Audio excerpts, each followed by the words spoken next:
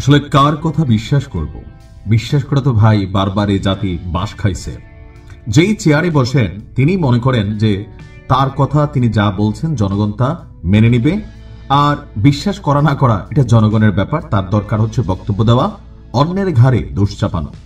গেল কয়েকদিন আগে বাংলাদেশ ক্রিকেট বোর্ড বিসিবির যে পরিচালনা পর্ষদ নির্বাচন ছিল, সেই নির্বাচন নিয়ে উপদেষ্টা আসিফ মাহমুদ চাঞ্চল্যকর বক্তব্য দিয়েছিলেন যে কিভাবে বিএনপি আসলে এখানে নানানভাবে এই নির্বাচনটাকে প্রভাবিত করতে চেয়েছে।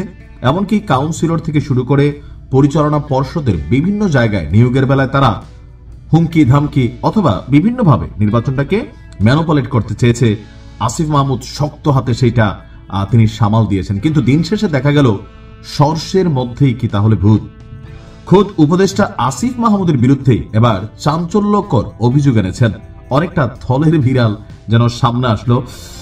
সদ্য শেষ হওয়া বাংলাদেশ ক্রিকেট বোর্ডের পরিচালনা পর্ষদ নির্বাচনে সরকারি হস্তক্ষেপের অভিযোগ তুলেছেন জাতীয় ফুটবল দলের সাবেক অধিনায়ক আমিনুল হক।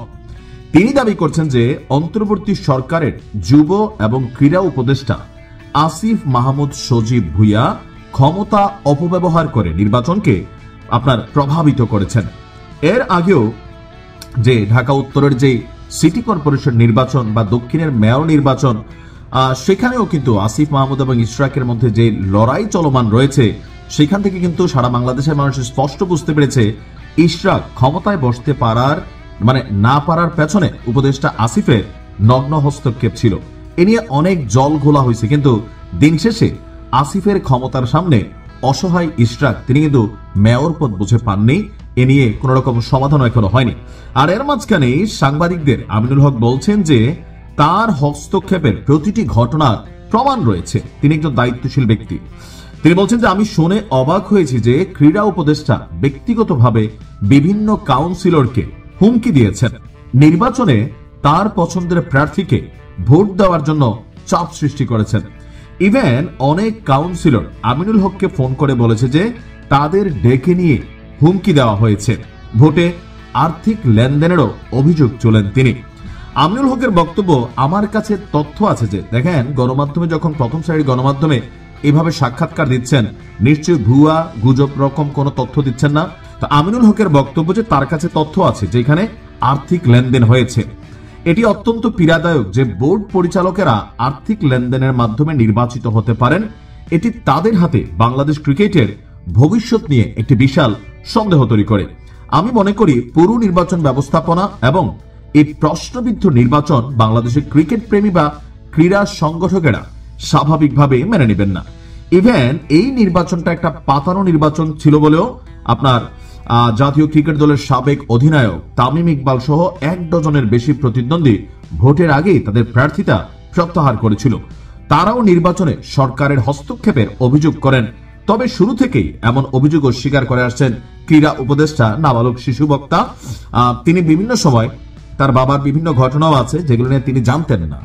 এখন দেখেন আসলে আমরা কার বিরুদ্ধে কাকে দাঁড় করাবো অথবা কাকে দিয়ে কার ভাগ্য বদলানোর চেষ্টা করবো এই রাষ্ট্রের।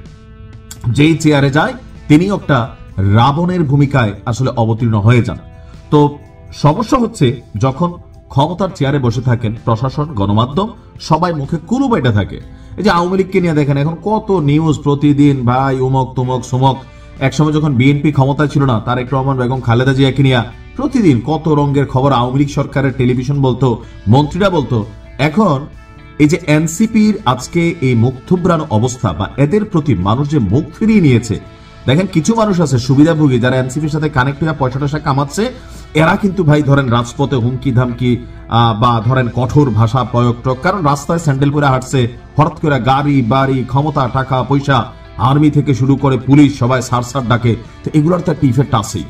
তো সেই ইফেক্টের জায়গা থেকে এনসিপির প্রতি মানুষের যে আশা প্রত্যাশা ছিল যে অন্য 10 জন লোক চুরি করতে পারে কিন্তু এনসিপি চুরি করবে না, এই পারসেপশনটা বা ন্যারেটিভটা জনগণের মনে ছিল। কিন্তু একের পর এক বিভিন্ন জায়গায় এই উপদেষ্টা আসিফ সহ যে উপদেষ্টারা আছেন এখন তারাই তো বলতেছেন কেউ টাকা পয়সা খায় ফেলছেন, কেউ সেটেলমেন্ট করে ফেলছেন, কেউ দেশ ছেড়ে ভাইগা যাবার পরিকল্পনা করছেন। নানান বক্তব্য কিন্তু তারাই দিচ্ছে। আর দিন শেষে কি হচ্ছে জানেন, এই দেশে এনসিপি নামক রাজনৈতিক দলটা বিকাশ পার্টি থেকেও খারাপ অবস্থানে যাবে, এটাই হচ্ছে বাস্তবতা। ক্ষমতা থেকে সরলেই এরা বুঝতে পারবে এদের ওজন কতটুকু।